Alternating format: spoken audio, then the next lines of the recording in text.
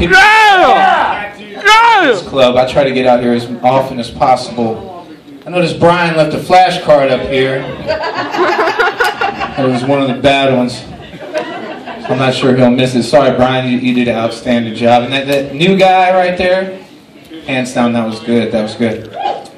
So I was watching the news the other day, and one of the biggest marijuana dealers in all of Spokane got arrested. What? And I had this sense of relief. You know, I'm like, good, clean the streets up. Lock his ass away and throw away the key. I owe that motherfucker like $80.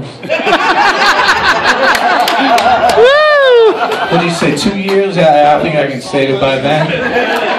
So today started off good, you know? I mean, I woke up this morning and I found $50 in a pair of jeans at the foot of my bed. You know, she loved when you just find money you didn't know your girlfriend had. Somebody told me that was a bad joke. I'm not running jokes about my friends anymore. That was good. Yeah. So, anybody on Facebook? It was on Facebook, right? Yeah, fuck Facebook. Everybody's embarrassed. They don't want to say they're on Facebook. But I'm on there, and a girl I dated that I used to date back in high school, she's bragging about how she fakes orgasms with her boyfriend, you know? She's such a great actress, you know? Let me see you fake a fucking nosebleed. That's a fucked up joke, makes you think. Did I punch her in the face, or did I fuck her until she bled? It's a messed up joke. So to respond to that, I put on there, a woman can fake an orgasm, but it takes a man to fake an entire relationship. Yeah! Surprisingly, the very next day, I was about 10 females short on my friends list. And that made them think, Chris, you motherfucker. You know what I like to do on Facebook? I like to get on there and I like to scroll down like 5-6 hours later and look for some post somebody thought was fucking brilliant. It's got 0 likes. You know what I like to do? I like to like it, and then 10 minutes later I like to unlike it. I gotta change my mind. You know? So, moving right along. I had some new jokes I wanted to try. Okay, here's a joke. So anyway, this girl that I was dating, she's a really tall girl. Like Amazon, you know?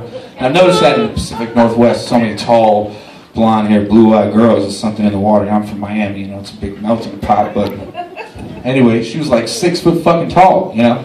And I couldn't really whip her around because she was bigger than me, you know? I mean, she was slender and fit and good looking, but I live in a small apartment, you know what I'm saying? I don't want to break all my shit trying to be freaky carrying her to the bedroom. I just ad-libbed that, by the way. That wasn't too bad. I've only been doing this shit a year, so I'm impressing myself. I give myself a pat on the back. Anyway, she got mad. She said I fucked her like a porn star. Like, you know, you spit in the girl's mouth a couple times, they get all bent out of shape. That was another joke I wasn't too sure. Yeah. It panned out okay. Spit it. Anyway, she had big feet. You know, and I didn't really notice it until we were sitting there watching a movie. We got all our feet on the coffee table. And under a blanket, I couldn't tell the difference between her feet and mine. I had an itch on my foot, but I was so confused that I just let it itch. You know, I didn't want to get the wrong foot. 25% chance. You know, so I left her apartment like 1 o'clock in the morning. You know, I make it all the way back to my apartment. I get to my door, I go to get the key, I drop my keys, I look down, I got her fucking shoes on. You know? Fucking foot's a little loose. You know? So, doggy style, okay, helped me realize real fast that the distance between my waist and my knees was significantly less than the distance between her waist and her knees. Okay? And there's no such thing as tippy toes when you're on your knees. Tippy toes is a folded up pillow. You know, professional comedians always make sure you stand in front of the light, don't veer off. Like, I'm so fucking transparent. In front of me, I may catch fire sitting up here. I'm light complected. That was some more ad-libbing. But, yeah, she was awesome, you know. She used to look at me at night and she would just stare into my eyes and say these 5 magical words. They made me feel so special. She'd say, I shouldn't have swallowed that. Oh! I shouldn't have swallowed that. 5 words, oh shit. That's a stupid joke. We're moving right along, so yeah, you know, I mean, I'm still sort of new to Spokane, and I love Spokane because it's different. It's like nowhere else. I was in the Army for almost 10 years, you know, and I've lived everywhere. Thank you, thank you. you know, 3-time combat veteran. I don't want you to laugh because I'm a vet. I should have said that at the end, but this place is crazy. You know, it's the only place that you can deboard an airplane, and instead of the stewardess saying goodbye, she just asks you for money. You know what I mean? They just ask you, can I have $1? You know, and I'm walking down 2nd Avenue on my 2nd day here, and some jerk-off comes up to me and tries to sell me 7 loose M&Ms that he just pulled out of his pocket. You know, and he's like, hey, buddy, you want to buy these M&Ms, these dirty-ass M&Ms? I'm like, fuck no, man. They're crazy. They're peanut. I'm allergic to peanut. There's some plain ones in there somewhere, then maybe we got a deal. You know? And I'm going to try to do this with the microphone stand, but I'm tall and short, and all the other comedians kind of had it this low, but I kind of think of the similarities between a zombie and a homeless person. You know, they look creepy, you know, they're always cruising around at night, and they always got their arms out, you know? And here's the only difference. Here's a zombie. Here's your beggar. It just depends on how you hold your hands. Brains change. It's all the same. You know, I was like having lunch at Taco Bell over there on Boone and Monroe. You know that Taco Bell? It's a crazy place. It was like broad daylight. It was like noon, and I watched 3 homeless people fight over a canteen for 45 minutes. And the winner was so happy he came in and filled it up with raspberry tea. That was my first impression of Spokane. This is a fucked up place. You think how they have like Shark Week on the Discovery Channel? I think they should have Bum Week in Spokane. Woo! Yeah!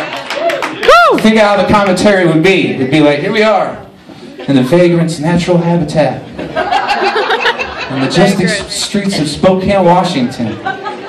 Watch us how this elusive creature carefully scans the parking lot for the longest cigarette butt.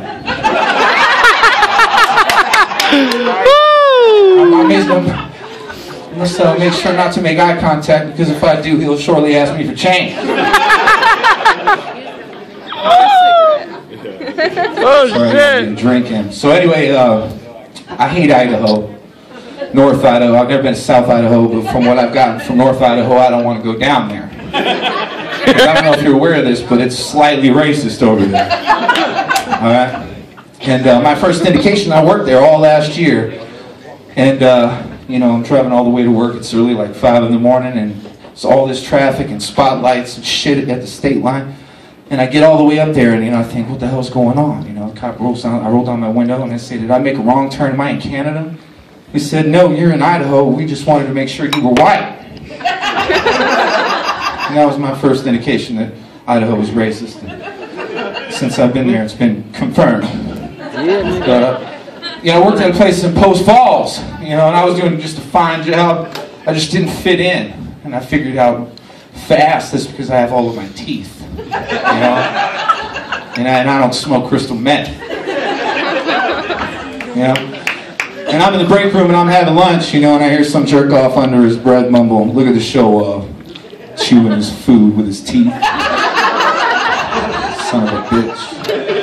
You know, I'm in and out in 5 minutes, and half those jerk offs are waiting in line for the blender. But it's Tapioca Tuesday. Get her! There's not many things I like about Idaho. I like a few things. I like the shit's cheap. It's like going back in a time people wear fanny packs and have fucking mullets. Or cut off pants over jeans. Fuck does that? I'm from Miami. You don't do that down there. Now nobody's got cars. Everybody walks. I don't know why it's hard to find a fucking parking spot. Everybody asks me for a fucking ride. But cigarettes are cheap in Idaho. Gas is cheap. Dates are cheap. You know, dating a small town Idaho girl is like buying white t-shirts at Walmart. You know? They look just like the fancy ones, but you just never have to spend much on them. I wasn't that fucked up. I got worse jokes. That was good. Fuck them. You guys having a good time? I'm having a good time. I was nervous. I used to get nervous doing comedy, but I discovered Xanax. Yeah. But I think I took it too early tonight, because last couple comedians made me nervous as shit. I was about to pass out, and I didn't even get off my bar stool. But, you know, now lately I've been trying to keep it simple, you know, not date complicated girls. You know, a lot of girls that I meet are drunks. You know, they show up at my apartment at 1 o'clock in the morning with a half a bottle of Yellowtail with an aftermarket cork in it. Fuck me find aftermarket corks. Give me a break. You know what I mean? I got like a collection of them in my drawer. I had to cut her loose. But I'm dating a homeless girl and she's great. You know, I just have to take her to the backyard and hit her with the hose a couple times before I bring her inside. Yeah! But she doesn't mind. Woo! She likes the inside. She likes the inside. Oh. She scratches on the sliding glass door when she wants to come in. Pretty sure she takes really good care of her teeth because I go through mouthwash like every other day. She may be drinking it. I'm not 100% sure. But we went downtown, we got into a big ass fight, we did, and I ordered a Red Bull and vodka and she had a mouthwash and ginger ale or something. She was mad because she couldn't drink it out in the alley. You know, she asked for a brown paper bag, told her to stay inside. So we didn't talk, you know, and I missed her. She was awesome, you know. So I went back out to the first place we met, the second in division. And I waited out there every day for a week. And I never saw her, but I made about $3,600. All right, ladies and gentlemen, you guys were awesome. My name is Fleischmann.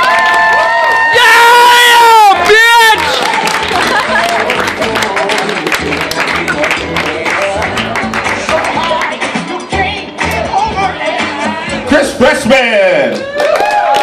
Nice job, Chris.